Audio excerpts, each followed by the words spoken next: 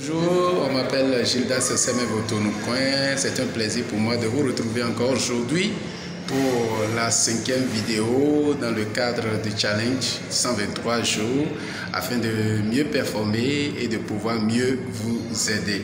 Aujourd'hui, je fais la vidéo depuis la ville du Togo, qui est la ville capitale,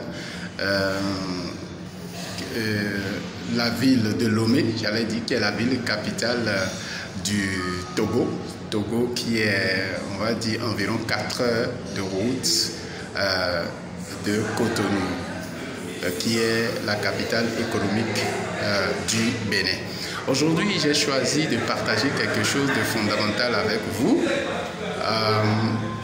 l'action, mais surtout dans le cadre de l'Église, qui est que chaque fois que je vais à l'Église et je reçois la déclaration prophétique, une parole par rapport à la promesse ou aux promesses de Dieu pour nous, je me pose toujours pour les choses que j'ai eu à comprendre ces derniers temps, je me pose toujours la question de savoir, mais qu'est-ce qu'il faut pour l'obtenir? La plupart d'entre nous pensent que cela est totalement gratuit. Oui, la grâce de Dieu, elle est gratuite.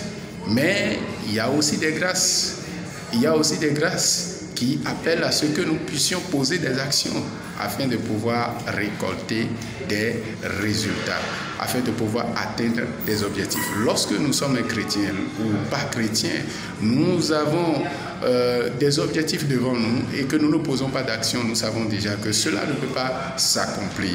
Mais le cadre religieux des chrétiens est que nous prenons ces déclarations prophétiques généralement comme étant une fin en soi. Oui, ces déclarations sont vraies et sont réelles pour ceux-là qui y croient. Mais pas seulement la foi. Après la foi, il faut passer à l'action. Et les pasteurs vous le diront, la foi sans action n'en est pas une. Vous allez passer à l'action, vous allez agir comme si vous aviez déjà la chose. Et c'est ce qui est fondamental que je veux préciser aujourd'hui. Lorsque vous entendez une déclaration prophétique, posez-vous toujours la question, mais qu'est-ce que je dois faire pour pouvoir l'avoir? Comment je dois la provoquer?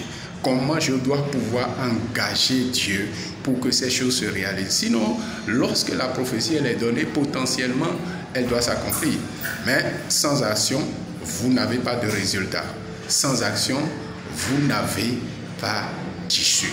Ces pasteurs, ces hommes qui sont dans ce domaine, quand vous étudiez leur vie, généralement, la plupart d'entre eux sont des gens qui passent la majorité de leur temps à lire, à se cultiver, à rechercher des informations utiles pour pouvoir les aider à aller loin dans leur mission. Ce sont des gens qui n'hésitent pas sur les moyens pour pouvoir poser les actions à poser pour pouvoir atteindre leurs objectifs. Mais la plupart des fidèles n'ont pas encore cette compréhension, ce qui fait que après ils sont déçus, ils sont frustrés et ils peuvent aller même jusqu'à abandonner leurs assemblées ou passer à autre chose.